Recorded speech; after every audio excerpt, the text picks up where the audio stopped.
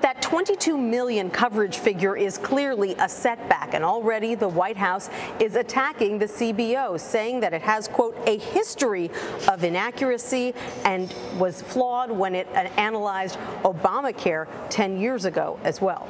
Nancy, I'm curious about the reaction on Capitol Hill to the CBO score. What kind of impact do you think it'll have on the chances of this bill actually passing?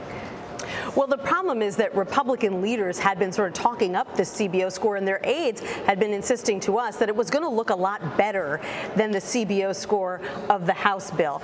In the end, what you see is that it isn't all that much better, at least when it comes to coverage.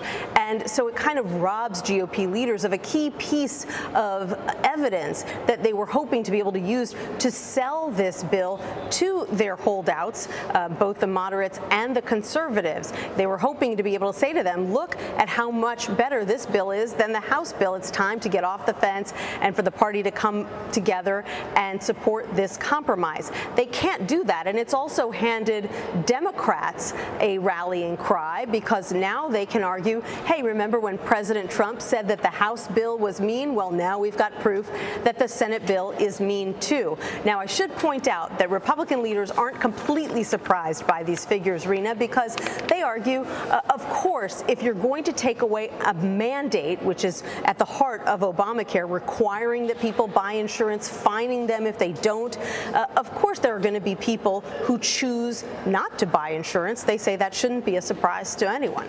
So if you're keeping track of the Republican scorecard here, at least 5 Republican senators have come out against the bill. Any sense, Nancy, if that number is going to grow? Well, there are so many people, Rena, who say that they are on the fence, that they're undecided.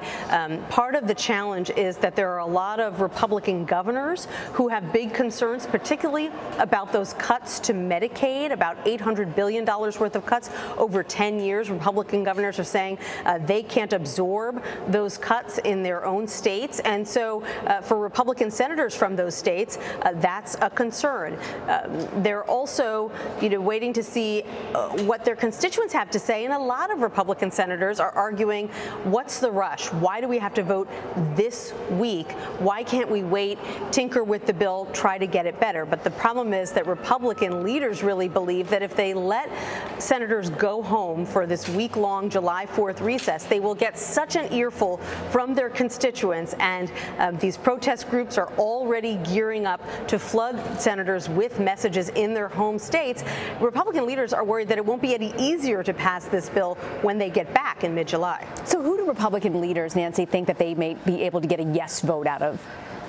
Well, that's what's so unclear right now. It's not really obvious whether they are going to try to make the bill more conservative, cut some of these tax credits and other regulations that the conservatives like Rand Paul and Ted Cruz say they would need in order to win their support, or whether they're going to do things to try to win over these moderates like Susan Collins of Maine or Lisa Murkowski of Alaska, who have big problems with the fact that the bill cuts Medicaid and big problems with the fact that the bill cuts off funding for Planned Parenthood.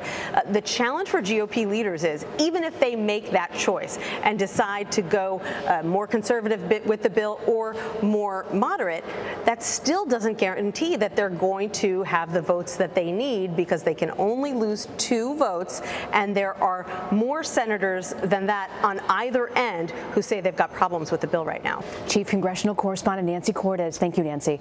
You're welcome.